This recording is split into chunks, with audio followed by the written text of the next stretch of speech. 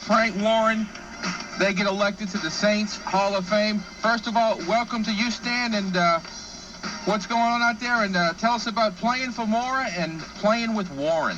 Well, I tell you what, it's really great to be here, especially with Hokie.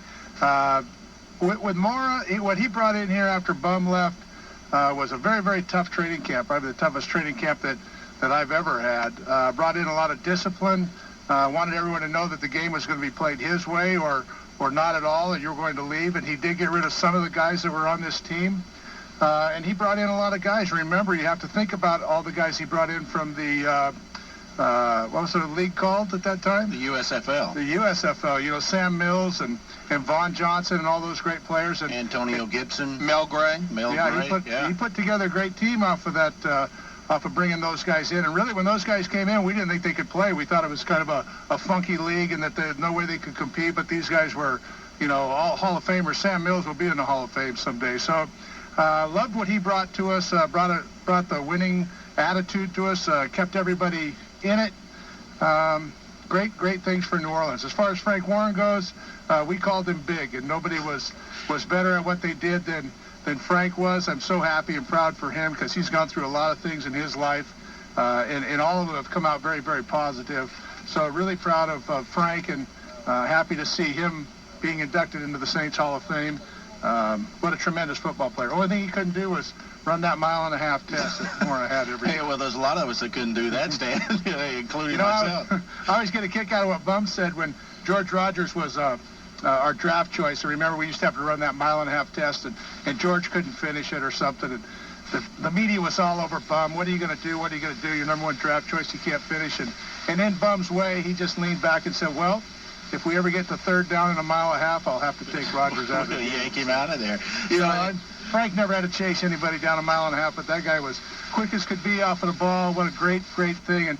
And you talk about, Ricky Jackson and Pat Swilling, those guys getting a lot of credit for the sacks off the edge. It was Jim Wilkes and Frank Warren pushing up that middle that allowed those guys to get the sacks. Yeah, and Stan, that was one thing that I wanted to bring up, and I'm going to get to a question about Coach Mora here in just a second. But, you yourself, you were down there for practically the entire time that Frank was there, and every day in practice you had to go against Frank and Ricky Jackson, because in those pass rush drills and everything else, you're going against a defensive lineman one time, you're going against a linebacker the next time, and those two guys were on your side of the ball. And just by virtue of doing that every day, it makes you a hell of a better football player because of the caliber of those two players. I either had to get better at Hokie or they're going to run me out of there. I had to just quit, go hang my head and sit in the shower, get in an ice tub or something. No question about it. Frank made you better. He came to work every day, and he was ready to go. And if anybody's ever been around Frank, the smile that he has on his face, that he keeps on his face, what a great attitude, what a great leader in the locker room, and no one will remember him as a leader except for those of us who are with him, and he is a great leader. Well, he did have, the one little blemish on his record, and we'll leave it at that. But, you never was around the guy when he had a bad day. As you said, he always had that smile that would lighten up the room. He never had up and down days, personality-wise, practice-wise, playing-wise, things like that. And, he did. He showed up to work every day, was a heck of a player, was a great guy to be around in the locker room. It was funny. He's the type of guy, you'd say, hey, Frank, would you watch my kids this afternoon while me and the wife go out to dinner? And, you'd feel very much at ease leaving him there. Well, as long as he didn't charge me the full babysitting rate, Well, no, that only comes from people on the north side of the lake, Stan. You know how that goes. We loved him. We loved him, and everybody in New Orleans loved him. And when you needed a big play, Frank would come up with it. And although Ricky gets a lot of credit, he was very, very good, and no question about it.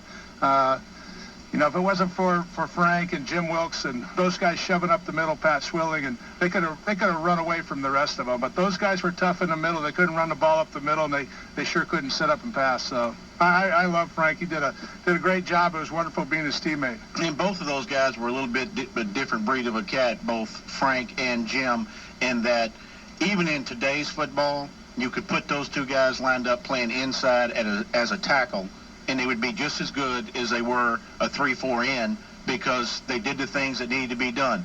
Keep those linemen off the linebackers. Yeah, no question about it. They knew who was buttering their bread. It was those guys behind them. Sam and Vaughn back there, they were, that was just a great defense, and that's what Mora put together. He was a defensive guy, and really offensively, the only thing that we had to do was don't screw it up. Just go down there, put some points on the board. Bobby was a very good quarterback. He kept us honest. Not real flashy. Didn't have great receivers. Eric Martin was a wonderful receiver, but not the flash or the top of the class in the National Football League. But we just didn't screw up. We had Morton Anderson going to kick 3-pointers, and we could make it. And really, the only reason that we won was because of our defense. They were huge. And I saw Mora's statement the other day that the thing that he was lacking up there in Indianapolis was defense, and I know he would have loved to have that defense with that offense. No, I tell you what, they'd be pretty salty right now. They could play 10 years ago. They could play 10 years from now if you could put that balance together. And, you mentioned earlier about, everybody called Frank Big, and, that affectionately called him Big, because yeah, that right. was, what'd you say to him when you passed him in the hall? Well, you're getting on the team. Hey, Big, how you doing? I didn't know his name was Frank until he was 3 years in the league, So, but people don't know this, but he was on the 440 relay team there at Auburn as well. I did not know that. Yes, I didn't know that. Very, very fast, very fast. Couldn't run a mile and a half, but put him in 440 or short yardage sprints. He was very, very, very fast. Well, we got an opportunity to see that every day coming off the ball. And, another thing that you mentioned, that 81 draft class when you're talking about the players that had an impact on this football team for a long time. And a lot of those guys are in the Saints Hall of Fame right now. You got George Rogers, #1. Ricky Jackson was a second-round pick. Hobie Brenner was a #3 pick. Frank Warren was a #3 pick. Jim Wilkes was a 12th-round pick. I don't know that anybody in the league has ever gotten a better 12th-round pick than Jim Wilkes. And that was a pretty good class right there of guys to come in Bum's first year. But you're leaving one guy out, Hokie, and you can do it whatever you want, but I'm going to plug you. Well, don't do that, Stan. Yes, We'll save that for no. We'll BS somebody some other time. Those are. Hokie Gajan was there. What a great group that was. Think about that class that he had, and really, I kind of consider myself as that class. Although I came in 1980, David Waymer and I. Chuck Evans played with us for a little while, but really David Waymer and I were the class of 80, and then Bum came in 81 with that draft choice, and really that group of us, we all grew up together. Our families knew each other, wives grew up with each other, the kids were all together, and I really believe that's what led. It was that growth through Bum's era into Mora's era, that we were all together, then Mora bringing in more and better players, the fact that we all know each other, we all got along, and we all kind of had a very, very close-knit group because of Mora and what he did. And so I think that's really what allowed us to win. Yeah, and let's not forget Jim Mora's first draft class, and and I'm going to kind of throw things to him for a second. His first year he comes in and he gets Jim Dombrowski. He gets Dalton Hilliard. He gets Reuben Mays. He gets Pat Swilling. Ain't nothing wrong with that draft class either. When not at all. When you break it down and say, hey, these 4 guys right here were star players in the league, not just for your team, but all across the league. And unfortunately, be honest with you, Stan, I was thrilled to death to see Coach Mora finally get a little bit of credit, in that, he came down here and unfortunately, most of the people down here want to remember, his coulda, woulda, shoulda speech. But that's one of the best speeches of all time. Well, I know one thing. It put y'all on a 9-game winning streak. You're damn right. We just got done, losing to the 49ers, and up to that point, everyone said, well, you should beat the 49ers. We're pretty good, and da-da-da. And I believe that we thought we were pretty good, and Mora realized that. And after that game, when he came in and he said what he had to say, it brought us all back together. It was a slap in the face, and it put us where we needed to be put. So it wasn't just I really believe that Coach Mora was very calculated in what he did and how he did it. Even with the things that went on in Indianapolis, you could almost read through them. Playoffs, hell. But you know what he's telling those guys?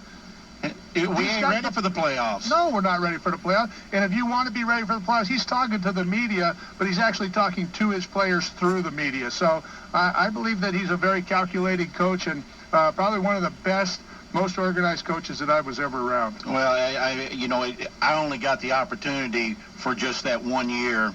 I didn't play. I practiced every day, but I didn't play. I was on injured reserve and everything else. But could hear the speeches that he made in the locker room. And of course, that first season that he was down here, the team went 7-9, which was really a market improvement from a lot of the teams that the Saints had in the past. And then, from that point on, things really blossomed for about a 5-year stretch there.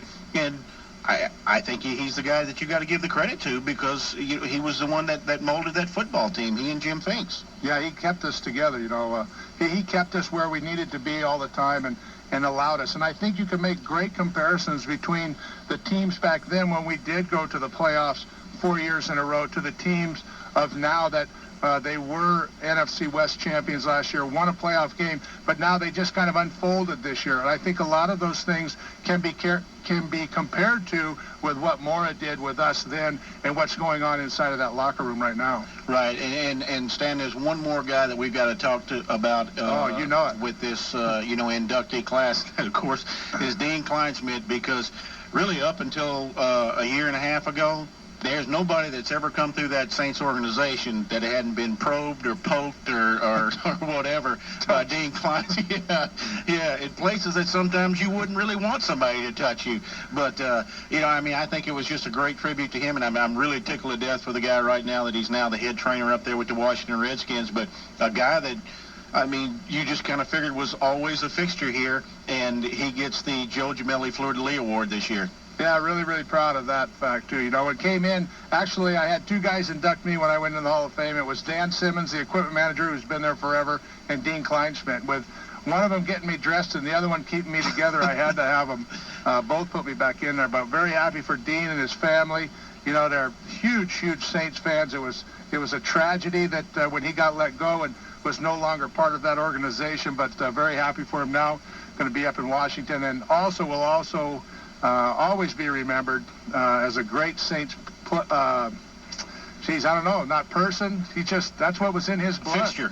Yeah. Fixture. If that's the right term to use. So now they're going to have him now in the Saints Hall of Fame, and which is a great thing. I'm so happy for him. Well, Mark, are we fixing to go to a break? We're fixing to go to a break. 504. Fixing. That's Southern talk. 504-260-187.